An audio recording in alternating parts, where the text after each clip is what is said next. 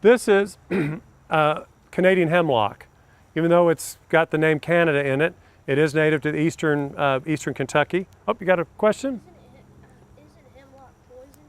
Well, not this hemlock. That's a different hemlock. That's a wildflower or actually a weed in this part of the country. But the poisonous hemlock is a plant that grows up from seed. It's called a biennial. So it comes up 1 year, flowers, and then it dies. But it lasts 2 years. But that's a good question.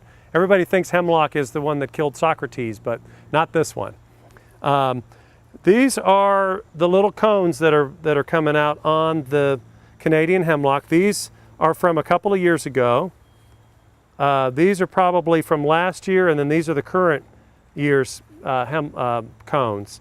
So do most of you call any kind of pine, any kind of cone a pine cone?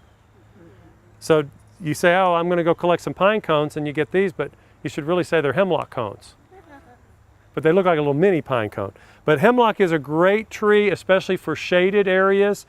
People don't realize it when they buy them at the nursery, when they're 5 or 6 feet tall, that they can get to be this tall, and this one's kind of young. They can still grow up to 200 feet tall. There is another insect, though, that's coming in from somewhere else. From not the North America. It's called a woolly adelgid, and it is decimating our native hemlock population a little further south, a few hours south. If you go to the Great Smoky Mountains, it's just horrible what's happening with the hemlocks down there.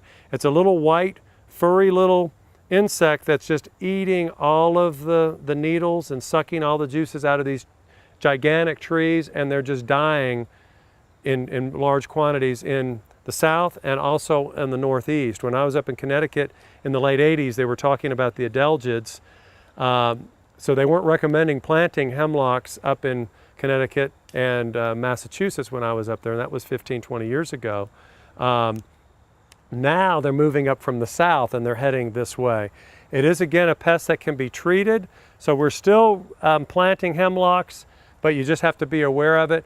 The nice thing about hemlocks is that they're one of the few evergreens, large evergreens, that will grow in almost total shade.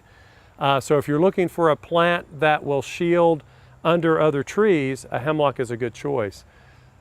Looks like it would handle the snow and ice better. This one does handle the snow and ice better. You don't see near the damage on this one just because of the way it's built and designed. The branches are much more droopy and cascading, so the snow and the ice doesn't hold up on it. It just falls right off. It sheds it much better.